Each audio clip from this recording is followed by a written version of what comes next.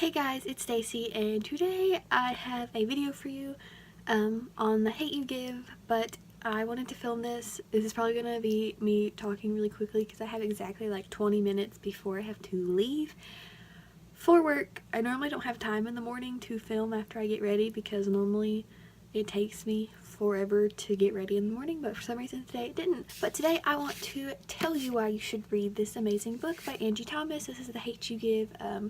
So I have 5 reasons why you should read this book, and we're just gonna... So the first reason you should read this book, first and foremost, is because of its diversity and its own voices, which is amazing, which we need more of in YA, especially own voices.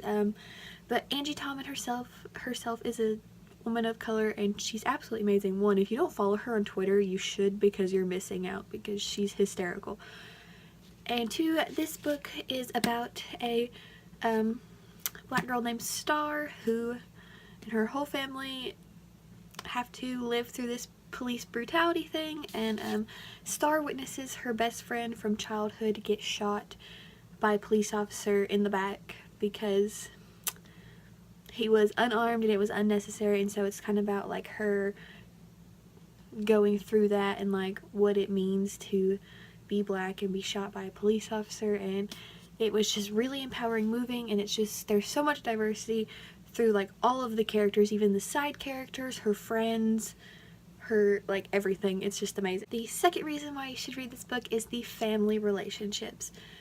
Star has 2 brothers, a half brother and then a little brother who they share the same both mom and dad, but her half brother, they share only the same dad. So her half brother, they share the same dad but not the same mom. Her older brother 7, he has 2 other sisters, and they're kind of like, they're very close to Star as well, and they kind of develop that. But the family relationship is so beautiful. Even though 7 is not Star's mom's, she treats 7 just like her own son. She loves him just as much as she loves her 2 other children. And their dad is so amazing. Their dad reminded me of my dad, even though, you know, my dad never went to prison like Star's did, or was never involved in like gang related things, or never owned like a store like he does in this book. But the way he loves his children reminds me of my dad. Very protective. I call my dad Daddy as well, like Star does.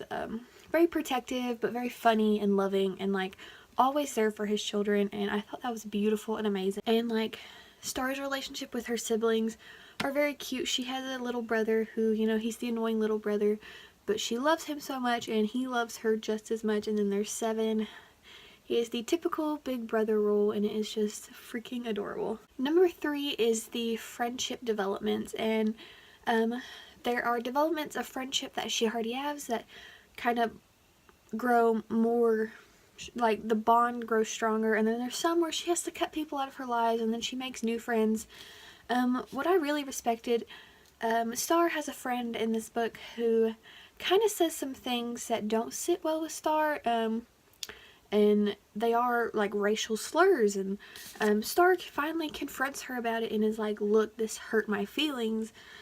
I took it offensively. And Star's mom has this talk with her in this book about, like, you know, whether, like, weigh the good and the bad and see which ones are more.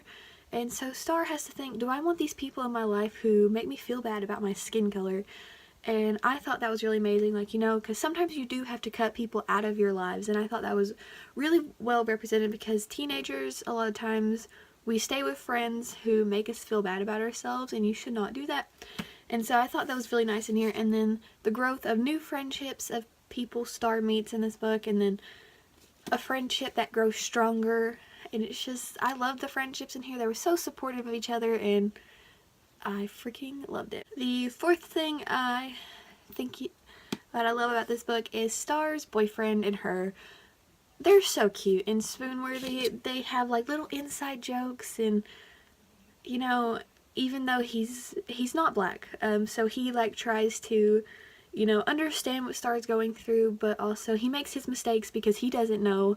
But she does a very good job of educating him on what he should say and what he should not say, what he, you know, what it's like. And so I thought it was very cute. I thought it was very swoon-worthy. Like, it's a very cutesy romance, especially when they do their like little cheesy inside jokes, which is adorable. And the last reason you should read this book is because Star herself is an amazing main character. I love Star so much.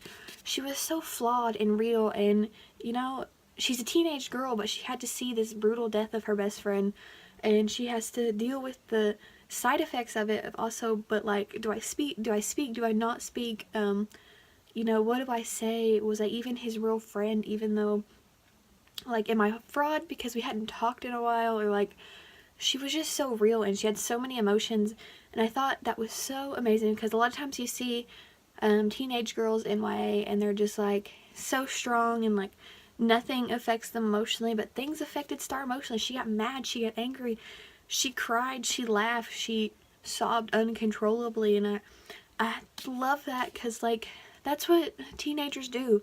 We go through all of these emotions, and sometimes Star did bottle them up, because we sometimes bottle our emotions up, but then sometimes she just cried and cried, and I thought, like, because it's okay to cry. She went through a traumatic experience, and so I think it was good for her to go through all these like roller coaster of emotions, and it was just, and Star is, she's witty, she's funny, but she's kind and caring, and she's a badass, and like, she plays basketball, and she's just amazing, and like, she was so real. She was like a real person, and even though I never went through any of these experiences that Star's going through, I connected her with so much because she was so real and so like heartfelt, and you could just connect with her and be like, wow, this is a real character, this could be a real person. So that is The Hate You Give. You should definitely read this book because it is freaking amazing, and I adored this book. I adore Angie Thomas. I will read anything Angie Thomas writes now. So that is it for today's video. I will see you guys in another one. Bye!